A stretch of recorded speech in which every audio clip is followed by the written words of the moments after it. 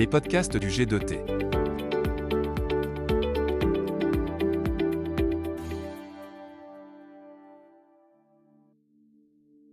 La cuisine pied noir. Un croisement de cultures. Alain Aquilina. Réalisation, Marc Andréau. Les origines. Dis-moi, tu mangeais des frites en Algérie? C'est une bonne question. Tout le monde y croit qu'on mangeait rien que de la soubreçade et des spécialités pieds noirs. Eh bien non, quand même. C'était la colonisation en France avait quand même apporté ce mélange de cultures. Et puis c'est vrai que tous ces gens qui étaient arrivés de Malte et d'Espagne, de Sicile, de France, eh ben ils se fédéraient, ils se retrouvaient en dessous un peu le drapeau français, avec une reconnaissance à la France de leur avoir donné du travail. Et donc, bien évidemment, il y avait cette espèce d'admiration, de respect pour tout ce qui venait de France. Et dans les jours de fête, comme dans l'ordinaire, eh ben, se sont intégrés des plats qui étaient bien français. Bon, tout le monde croit qu'on mangeait que des galettes, par exemple, pour le pain. Ben non, on mangeait aussi des baguettes. Le boulanger, il passait, il y avait les mêmes baguettes qu'ici. Hein, pour les fêtes de fin d'année, pour Noël, on buvait du champagne. Et les frites, et c'était un peu le régal. Parce que déjà que les pieds noirs, ils aimaient bien les fritures. En plus, ces frites à la française, qui se mangent un petit peu partout, même dans la rue, ça convenait très bien. Et c'est vrai que c'était un plat très populaire. Et les pieds noirs, comme tous les autres départements de France, eh ben, ils mangeaient des frites. Tu me dis pas qu'il y avait aussi des hamburgers? Ah, des hamburgers. Ben, les hamburgers, c'est parce qu'après, ben, tout le monde l'a fait un petit peu comme nous. Tu sais, là-bas, nous, on aimait beaucoup les choses qui étaient simples, manger dans la rue. On n'avait pas besoin toujours de découvrir en argent et tout ça. Donc, la cuisine facile, la cuisine partout, manger dans la rue, c'était très important. Et au même titre que maintenant, eh ben, quand on va dans les McDo ou similaires, eh ben, on mange très simplement et que les jeunes, forcément, ils aiment ça, comme toi, tu aimes ça. Et ben là-bas, tout le monde aimait ça, les enfants aussi mangeaient dans la rue. Alors bien sûr, les hamburgers n'existaient pas, même s'il y avait une fascination pour tout ce qui venait de l'Amérique, hein, parce que les Américains, ils avaient laissé une belle trace en Algérie quand ils étaient arrivés, après la guerre, pendant la guerre, à la fin de la guerre, quand ils avaient distribué les cigarettes et tout ça, il y avait une fascination. Non, mais les hamburgers n'étaient pas arrivés tout à fait encore jusqu'à nous, mais on avait d'autres choses. On avait nos hamburgers à nous. Ben, on avait, tu sais, la Kalentika. Tu connais la Kalentika quand même. Tu l'as mangé chez Papy. Tu as vu comment c'était bon. Hein, c'est tout chaud. C'est tout chaud. C'est avec de la farine de pois chiche. Je te dis pas le pois chiche. Le pois chiche, il était roi là-bas. C'était phénoménal. Tous ces légumes secs. Et donc, il était préparé d'une façon à se brûler les doigts. Kalentika, calentita, ça vient espagnol. Ça veut dire que c'est très chaud. C'est très chaud. Et quand l'hiver, il faisait pas trop froid chez nous, mais il faisait un peu froid quand même. Et bien, quand on mangeait la kalentika dans la rue, c'était un bonheur. Et bien, voilà, c'est un peu le même plaisir que tu as quand tu manges un hamburger aujourd'hui. Même si je sais que quelque part, tu préfères la kalentita. Et tes copains, ils mangeaient comme toi? Ah, ça, c'est vrai que sur les bancs de l'école, on était tous mélangés. On apprenait tous la même chose, de l'enseignement de qualité d'ailleurs, français. Et ben forcément, on était tous copains. On était tous copains pendant des années et des années, avant que n'arrivent malheureusement ces événements qui ont un petit peu déchiré tout le monde et séparé les peuples.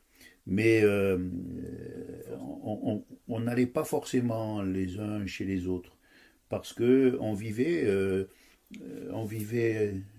voilà, dans l'amitié, mais les rituels étant différents dans les familles chrétiennes, dans les familles juives, dans les familles musulmanes, et ben forcément le repas avait des spécificités qui faisaient que, par exemple, on n'allait pas forcément manger chez quelqu'un. On n'allait pas manger forcément chez mon voisin kabyle, ou j'allais pas forcément manger chez mon voisin berbère. Et on s'arrêtait sur le devant de la porte. Et quand il venait à la maison, bon, il rentrait un peu plus chez nous, c'est sûr. Mais bon, on était tout à fait dans le respect de la nourriture, parce que dans la nourriture, il y avait des clivages, il y avait des choses que les uns ne mangeaient pas, et là-dessus, il y avait vraiment un immense respect. Par contre, les échanges, alors justement, ça a permis de construire un petit peu la cuisine de là-bas. Les échanges ont été nombreux parce que il y a beaucoup de générosité. Il y a toujours l'envie de faire plaisir, l'envie de faire cadeau, le respect du voisin, le respect de la famille, le respect de la famille voisine. Et donc, ben, tu vois, quand il y avait Pâques, et ben, qu'on avait fait la mouna, et ben, forcément, des mounas, on n'en faisait pas deux ou trois. Hein. Là-bas, à l'époque, c'était, comment dire, un petit peu la civilisation de l'abondance. L'abondance, comme disait mon grand-père. Mon grand-père, il disait toujours, il aimait voir les tables d'abondance. Voilà, c'était signe qu'on était sorti de la misère des migrations. Et donc, cette abondance-là, eh ben, on faisait plein de mounas, il y avait 20, 30, mais c'était incroyable. Et ben, on l'apportait à la voisine musulmane, on apportait à la voisine juive. Et réciproquement, quand il y avait Pessah chez les juifs, eh ben, ils nous emmenaient leur dessert, leur gâteau, parfois même leur plat. Et puis quand c'était chez les Arabes, quand c'était pour l'Aïd, ils nous apportaient aussi. Et je me rappelle, moi, que maman, elle mettait deux assiettes. Il y avait celle qui contenait, il y en avait une autre dessus pour garder chaud, et on attachait ça avec un torchon. Et elle me disait, tiens Alain, va apporter ça à Zora. Et j'allais apporter ça à Zora. Et Zora prenait toujours. Bien sûr, il fallait faire attention. Tu n'allais pas donner un plat avec du cochon à un musulman sauté, t'es manqué de respect. Voilà, et ça, on le savait tous. C'est quoi la mouna? Ah, c'est bien que tu sais que tu me poses la question là parce qu'on fait une interview, mais bon, c'est vrai qu'il faut expliquer un petit peu à tout le monde. Ben, la Mona, c'est fantastique. La Mona, d'ailleurs, regarde, maintenant on la trouve un petit peu partout et il faut inviter tous les Français d'aujourd'hui à se régaler de cette petite merveille qui est la Mona. Ben, la Mona, c'est un magnifique gâteau bien gonflé, très très volumineux, très goûteux et qu'on fait symboliquement pour Pâques. Après, pour Pâques, et pareil, eh ben, on l'apporte chez le voisin, on la partage en famille. Et puis pour le dimanche de Pâques ou le lundi de Pâques, quand on va manger dehors, eh ben, c'est les hommes qui font la paella. Et puis à côté de ça, eh ben, c'est on finit le repas et le partage par la mona. Alors tu me dis la mouna, moi j'ai dit la mona. Et ça, c'est des particularités. Si tu vas à Oran et que tu dis la mouna, c'est que c'est pas un vrai Oranais. À Oran, on dit la mona, point barre. Et après, ici, tu vois, et sur Alger aussi, peut-être, dans d'autres régions de l'Algérie, les gens disaient la mouna. Quoi qu'il en soit, c'est absolument la même chose. Hein, et c'est toujours un plaisir de faire la pâte à la maison. Alors aujourd'hui, ben, ça s'est un petit peu perdu. Parce que les gens font moins de pâtisserie, et puis c'est des sacrés chantiers hein, qu'elles faisaient les mamans d'avant, hein. C'est des sacrés chantiers, donc ben, on la trouve un petit peu partout, on se dispute d'ailleurs pour avoir le nom des bonnes boulangeries, et puis quand vraiment on est sec et qu'on n'en a pas, et ben on finit par en trouver dans les supermarchés. Oui, c'était un gâteau de partage, un gâteau de fête, quand on allait, comme on disait à Oran, au camp, pour faire la paella et manger la mouna, ou comme on disait à Bonn, pour la Saint-Couffin, et ben on amenait la mouna ou le cassadiel avec nous. Tu mangeais quoi alors là-bas? Et oui, tout ça, bien sûr, ça a une case départ, hein, cette cuisine pied noir. Cette cuisine pied noir, elle s'est faite ben, justement à cause du croisement de toutes ces populations. Les populations, c'était lesquelles? Ben, déjà, il y avait les populations locales. Les populations locales qui ont toujours habité là, qui avaient connu différentes colonisations. On parle toujours de la nôtre, de la française, mais bon, il y en avait eu d'autres. Il y a eu la romaine, il y a eu la turque, il y a eu l'arabe. Et ces populations locales, elles avaient leurs produits du pays.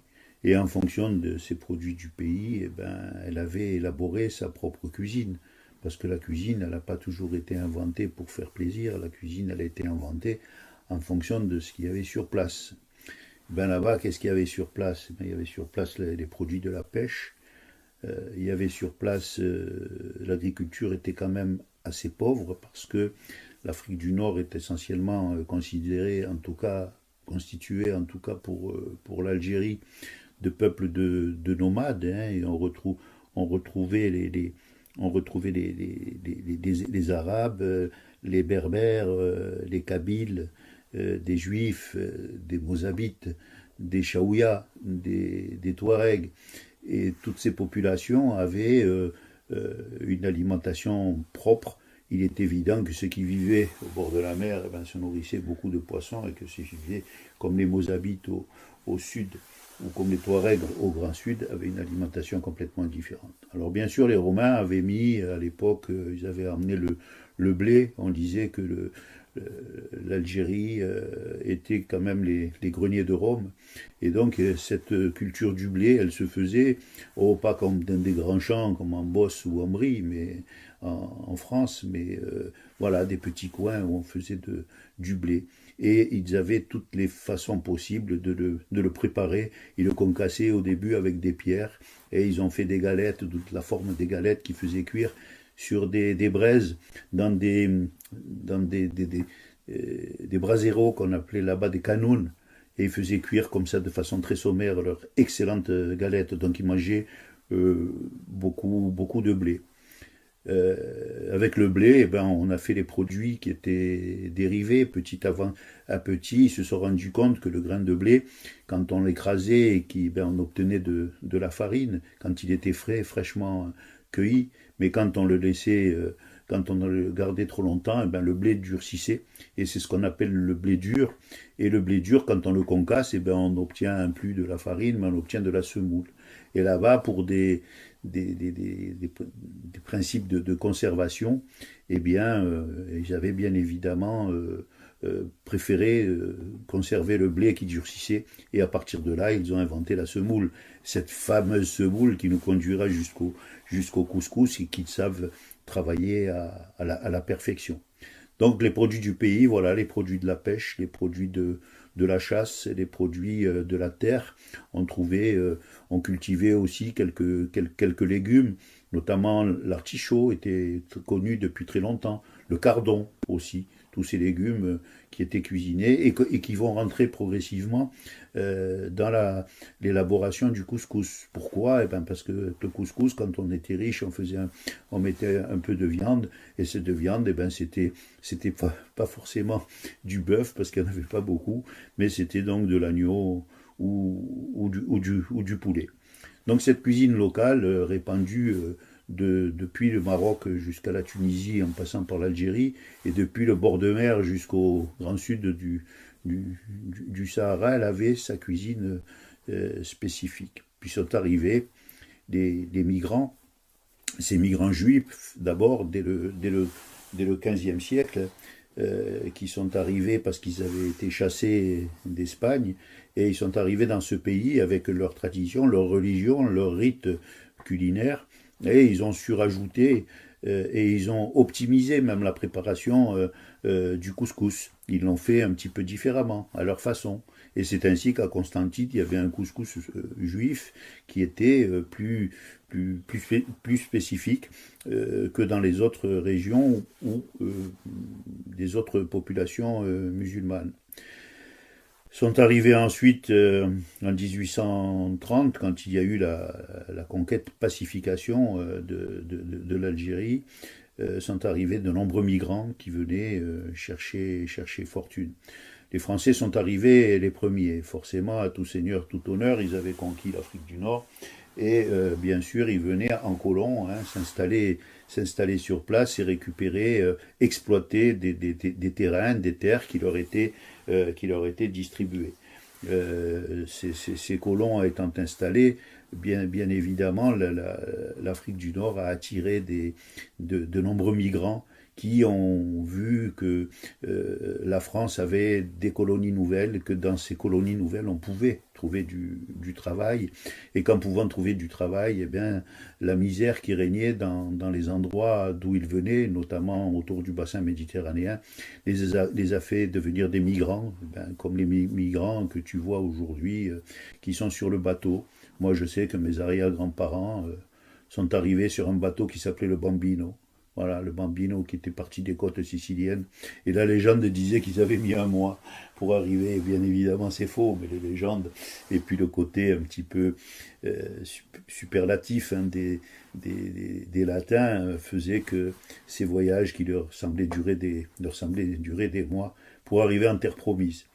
Cette terre promise, eh ben, ils cherchaient quoi? Ils cherchaient pas à être riches, ils cherchaient tout simplement du travail et ils s'embauchaient, alors les uns dans les ports pour tailler les pierres, les autres dans les fermes en fonction de leur petit savoir-faire. Et quand ils étaient installés, ils faisaient venir les familles, ils faisaient venir les femmes et les enfants exactement dans les mêmes processus de migration que l'on voit aujourd'hui. Et en arrivant, bien sûr, eh ben, ils ont emmené leurs produits.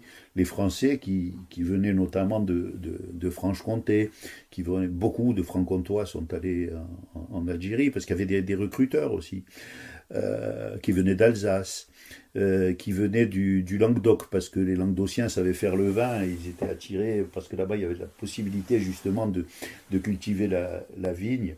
Et tous ces gens qui arrivaient emmenaient avec eux leur cuisine. Les Alsaciens, ils ont inventé la choucroute, et c'est un secret pour personne, que sur toutes les tables pieds noirs, il y avait la choucroute au moins une fois par mois. Voilà, un peu des fois à la mode pieds noirs, faite de façon parfois plus simple, avec des charcuteries parfois un peu différentes. Et puis les Franc-Comtois ont emmené leurs choses, les Languedociens aussi, notamment les daubes par exemple, et la baguette, et puis le champagne, et le camembert, et toutes ces choses-là. Et d'un autre côté, les migrants qui venaient d'Italie, d'Espagne, de Malte, principalement, eux, ils ont apporté aussi leur spécificité, avec toutes les spécialités espagnoles, qu'on trouve notamment dans l'Oranie, les spécialités plus italiennes, siciliennes, et maltaise qu'on trouve dans l'Est algérien, et tout ça s'explique bien sûr par la proximité géographique. C'est-à-dire que les Espagnols qui ont cherché fortune, mais encore le mot est fort, les Espagnols qui ont cherché à travailler et à vivre en Algérie, eh ben, ils se sont implantés du côté ouest parce que c'était beaucoup plus près. Ça n'a pas empêché certains d'aller de l'autre côté ou de voyager intramuros dans l'Algérie d'un côté à l'autre pour trouver du travail et s'y fixer, mais en fait cette répartition géographique elle s'explique comme ça, et avec elle la cuisine qui va avec. C'est ainsi qu'en Oranie on mange très espagnol, et c'est ainsi que dans l'Est algérien on mange très très très très italien. Et après, bon, bien sûr on pourra le débattre, il y a eu les échanges et les croisements de tous ces plats, et c'est à partir de là, de cette cuisine locale, de cette cuisine espagnole, de cette cuisine française, de cette cuisine italienne, de cette cuisine grecque même, qu'émergera avec le temps et le croisement une cuisine pied noir qui va s'expliquer par tous ces gens qui se croisaient sur les marchés, qui mangeaient dans la rue. Il y avait l'Espagnol qui vendait sa palentica toute chaude. Bien évidemment, l'Italien qui passait par là ou le Français qui passait par là, il s'arrêtait parce que ça sentait bon. Il a goûté et il était convaincu. Et c'est comme ça que petit à petit s'est mis en place autour d'un véritable melting pot, comme disent les Américains, ces croisements de population qu'il y a eu aux États-Unis. Et il y a eu le melting pot d'Afrique du Nord qui a créé justement les échanges qui sont allés jusqu'aux échanges culinaires et l'émergence d'une cuisine qu'on appelle aujourd'hui la cuisine pied noir, qui est un grand mélange de toutes ces saveurs.